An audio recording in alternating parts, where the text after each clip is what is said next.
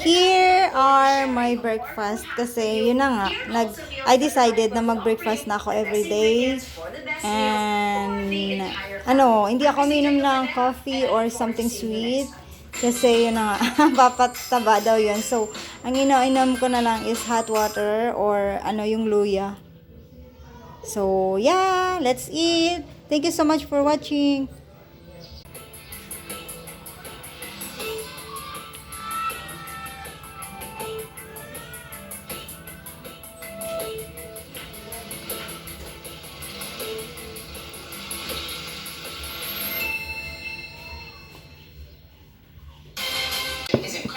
But it is not required for students who intend to participate in face-to-face classes. Only teachers and other school personnel must be fully vaccinated in the physical learning setup. Unvaccinated school personnel must undergo an RT-PCR or antigen test if they need to go inside school premises to submit reports or do on-site work. When we started last February 22, with the advice Good morning, guys. Let's breakfast together. And their consultants, is that alam naman natin na napakataas ng level ng resistance ng mga younger children. At saka ang advice din, mas kailangan ng mga bata, the younger children, ang face-to-face. No? With more than 15,000 students involved in the pilot, nakita natin ni isa walang natamaan ng COVID na binabantayan natin ng gusto. We now talk to the Opta Research Group, and joining us now is research fellow Dr. Guido David. Good morning, Professor David. Thank you for joining us. As always, just hot water to burn fat. Yun yung pagkakaalam ko eh. Yesterday, I believe we were at 866. Do we expect lower numbers this month? Yung mga taba-taba daw. Burn, taba-taba. Unless there's a reversal in the trend. In fact, yesterday we also had less than 200 cases in the NCR for the first time since late December.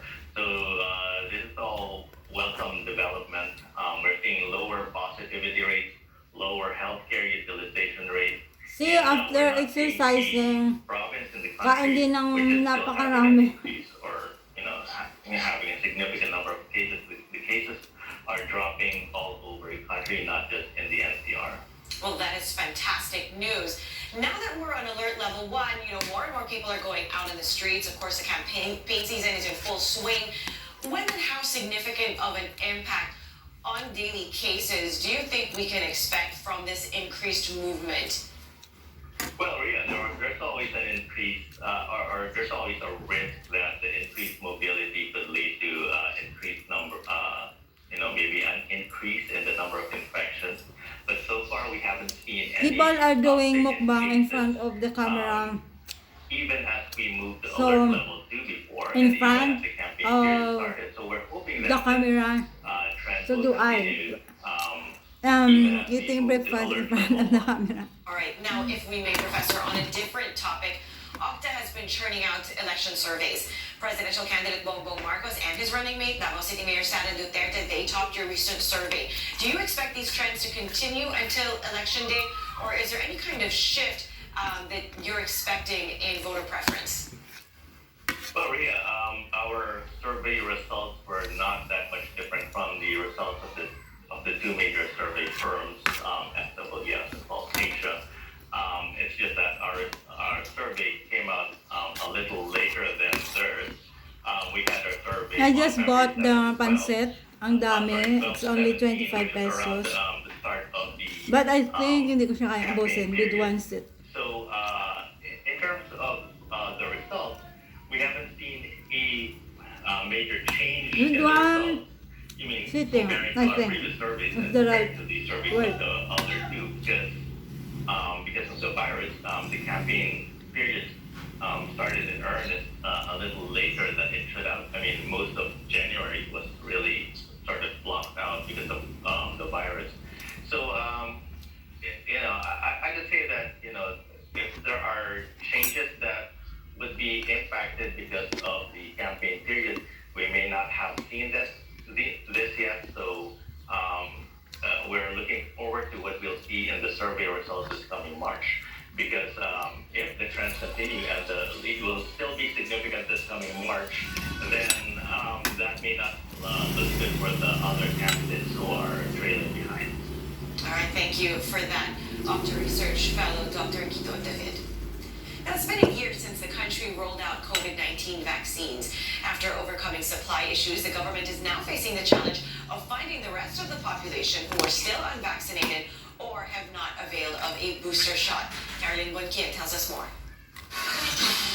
Most adults in this compound in Quezon City have been fully vaccinated against COVID-19, but some are not yet keen on getting a booster shot, like Gloria Gonzalez, a senior citizen. She finished her second dose of Sinovac last August, but is still contemplating about getting boosted. Tatakot kasi ako ng anak ko. Ma, ba't ayaw mo pa mamaya mag-isumbi ka? Ayaw ko nga. Jake Montales, meanwhile, considers getting an additional dose, but still hasn't got the time to visit a vaccination site. Mas kailangan po siguro kasi para mas tumaas yung immune system. 1 year since the Philippines started its COVID-19 immunization, over 63 million people have been fully vaccinated, short of the 70 million target. Aside from convincing the vaccine hesitants, the government has been faced with a challenge of persuading people to get boosted. 36.7 million are eligible, but only 10 million availed of the additional dose. Yung iba, nag-iisip kung kailangan ng booster. Yung iba naman na they don't see the urgency of the booster. Many vaccines are still waiting to be used. Some have already expired. Others are nearing expiration. We are still Hindi ko na kaya. verifying and validating the numbers. Ay, dami pa. Kasi yung iba, we have requested for extension of shelf life. Infectious diseases specialists have been asking the public to get an additional dose after studies found protection Banana against na the lang. Omicron variant declines after 3 to 6 months. A booster recharges the body's protection against COVID-19 infection.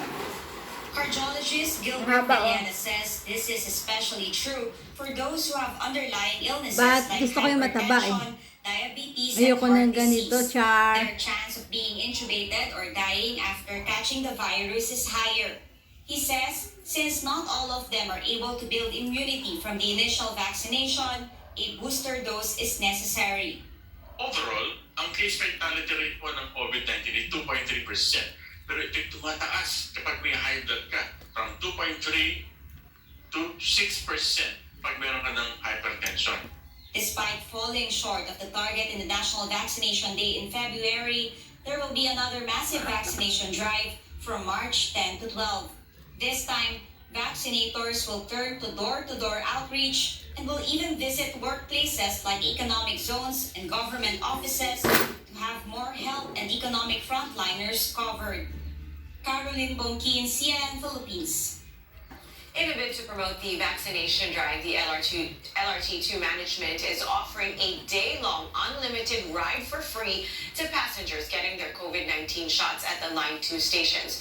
Currently, vaccination sites are open at the Antipolo station Wednesdays and Fridays from 8:30 a.m. to 4 p.m. and at the Recto station Tuesdays and Thursdays from 8 a.m. to 5 p.m. Passengers must show their pass and a valid ID upon entering Line 2 gates to avail of the free ride. But the free pass can only be used in the LRT2.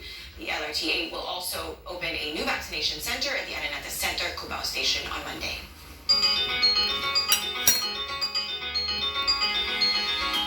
Well, we can expect good weather conditions for today with chances of rains in some Hindi na parts of kaya. the country. Bye! Thank you so much for eating breakfast with me.